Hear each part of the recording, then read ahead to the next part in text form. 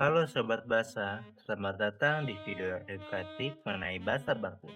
Dari kelas ke percakapan sehari-hari yang efektif dan tidak kaku. Perkenalkan, saya Juju Prawinata akan mengajak kalian memahami mengapa bahasa baku itu tidak hanya penting di ruang kelas, tetapi juga krusial dalam interaksi sehari-hari kita. Nah, sebelum kita masuk ke pembahasan lebih lanjut, mari kita mulai dengan definisinya.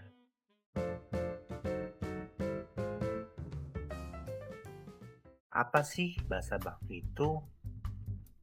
Bahasa baku adalah ragam bahasa yang telah ditetapkan sebagai rujukan dan diterima secara resmi untuk penggunaan publik yang formal. Intinya, bahasa baku itu merujuk pada penggunaan kaidah kebahasaan yang benar sesuai dari aturan KBBI dan PUEBI. Lantas, mengapa kita harus menggunakan bahasa baku?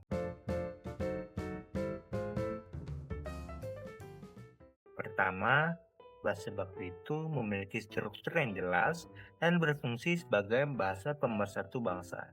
Kedua, bagi mahasiswa, pihak yang sering berinteraksi dengan orang dari beragam suku, pemahaman kata baku itu sangat diperlukan agar komunikasi tidak terhambat.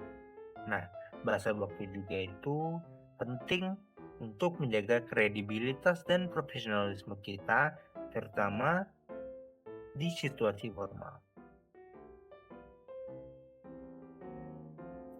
Sekarang, mari kita lihat perbandingan nyata antara baku dan tidak baku yang sering keliru dalam penulisan maupun ucapan. Nah, sebelumnya kita sering mendengar kata-kata ini digunakan dalam kehidupan sehari-hari kita. Misalnya, apotek itu adalah kata baku yang benar dibandingkan kata yang tidak baku, yaitu apotik. Praktik, praktek, ijazah, ijazah, sistem, sistem, dan kadaluarsa, kadaluarsa. Nah, dengan mengetahui bentuk baku ini, kita dapat memastikan bahwa pesan kita itu tersampaikan dengan tepat sesuai kaidah. Nah, kesalahan tidak hanya terjadi pada penulisan nih, tetapi juga pada pelafalan atau fonetik. Contohnya, bunyi H yang hilang dari kata baku tahun itu sering dilafalkan menjadi tahun. Nah, seharusnya bunyi H ini harus tetap dilafalkan dengan jelas ya. Kemudian bunyi E yang keliru. Kata baku pekat itu sering dilafalkan menjadi pekat, seperti pada kata emas. Padahal seharusnya dilafalkan seperti pengucapan E pada kata ember.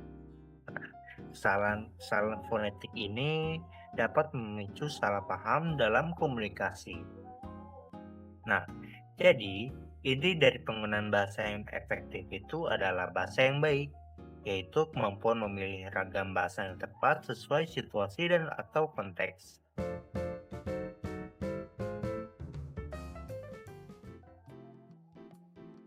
Nah, di sini dapat dilihat bahasa yang baik yaitu penggunaan ragam bahasa yang tepat sesuai situasi dan konteks.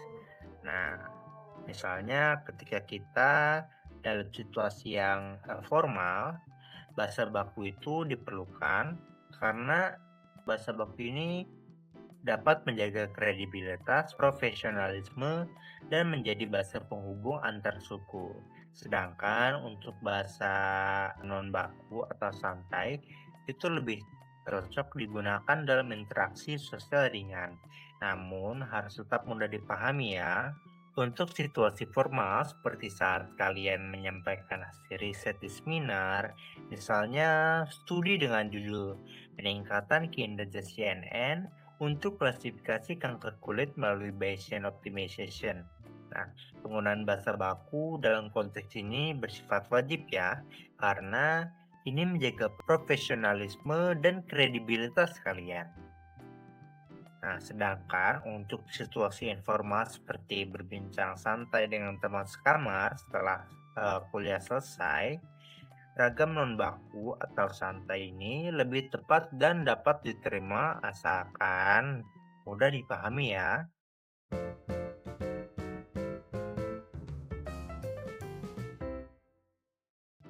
Sebagai penutup, mari kita simpulkan. Bahasa baku itu adalah alat komunikasi formal yang menjamin kejelasan dan profesionalisme. Bahasa yang baik adalah kemampuan kita untuk memilih kapan menggunakan bahasa baku dan kapan menggunakan bahasa non baku sesuai dengan konteksnya.